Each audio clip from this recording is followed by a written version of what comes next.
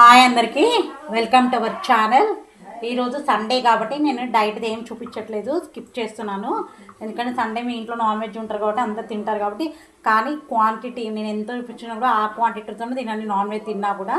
So ఈరోజు మా ఇంట్లో నేను ఏం చేస్తున్నానంటే దోసకాయ మటన్ చేస్తున్నానండి. అది ఎలా చేయాలో ఇప్పుడు చూద్దాం. సో దోసకాయ మటన్కి కావాల్సిన పదార్థాలు 100 గ్రామ్స్ మటన్ తీసుకున్నాండి, ఆనియన్స్, పచ్చిమిర్చి, కరివేపాకు, కొత్తిమీర, దోసకాయ చిన్న సైజు దోసకాయ తీసుకున్నా, గరం మసాలా, అల్లం వెల్లిగడ్డ పేస్ట్, కొబ్బరి పొడి. ఈరోజు నేను దోసకాయ మటన్ కుండలో చేస్తున్నానండి. చూద్దాం టేస్ట్ ఎలా అవుతుందో. ఇప్పుడు ఆయిల్ హీట్ అయింది, ఇందులో కొంచెం జీలకర్ర, ఆనియన్స్, పచ్చిమిర్చి, ఇందులో కొంచెం కరివేపాకు, కొంచెం మెంతకూర ఉందండి, రెండు కలిపేసేస్తుంది. ఇందులో వేస్తే కొంచెం టేస్ట్. ఇప్పుడు ఆనియన్స్ చక్కగా వేయండి. 1 స్పూన్ అల్లం వెల్లిగడ్డ పేస్ట్ వేస్తున్నాను, పసుపు వేస్తున్నాను. సో ఇప్పుడైతే మటన్ వేస్తున్నాను. సో ఇప్పుడు ఆయిల్ ఇట్లా మంచిగా తేలిందండి. ఇప్పుడు ఇందులో దోసకాయ వేద్దాము. దోసకాయ వేసాం కదా, ఒక 5 నిమిషాలు మగ్గనిద్దాము మూత పెట్టి. దోసకాయలు కొంచెం మగ్గాయండి. ఇప్పుడు ఇందులో అయితే 2.5 స్పూన్స్ అయితే కారం వేస్తున్నా, 1 స్పూన్ ఉప్పు వేస్తుందండి. ఇప్పుడు చక్కగా కలుపుకోవాలి. ఇప్పుడు మీకు గ్రేవీకి ఎంత కావాలో అంత వాటర్ పోసుకోండి.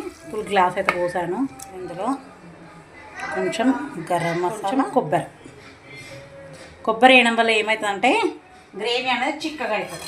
మూత పెట్టి 10 మినిట్స్ ఉంటాం, 10-15 మినిట్స్. మూత తీసి చూద్దామండి ఎలా అయిందో. చూడండి ఆయిల్ ఎంత బాగా పైకి తేలిందో ఇలా.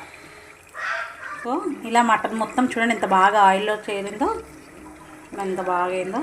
ఇప్పుడు ఇందులో ఫైనల్గా కొంచెం ధనియాల పొడి, చక్కగా దీన్ని కలుపుకుందాం. ఇప్పుడు ఫైనల్గా కొంచెం కొత్తిమీర చక్కగా కలుపుకుందాం. ఇంకొక 1 మినిట్ ఉంచేసి ఫైనల్గా దోసకాయ మటన్ అయితే అయిపోయిందండి. ఎంత బాగా వచ్చింది కదా కలర్ఫుల్గా. ఇప్పుడు ఇది స్టవ్ ఆఫ్ చేసి దింపేసుకుందాం. స్పైసీగా దోసకాయ మటన్ అయితే అయిపోయిందండి. సో నేను ఎలా చూపించా మీరు ఇంట్లో అలా ట్రై చేయండి. ఇది బగారా రైస్కి, చపాతీకి అన్నిటికీ చాలా బాగుంటుంది. ఓకేనా?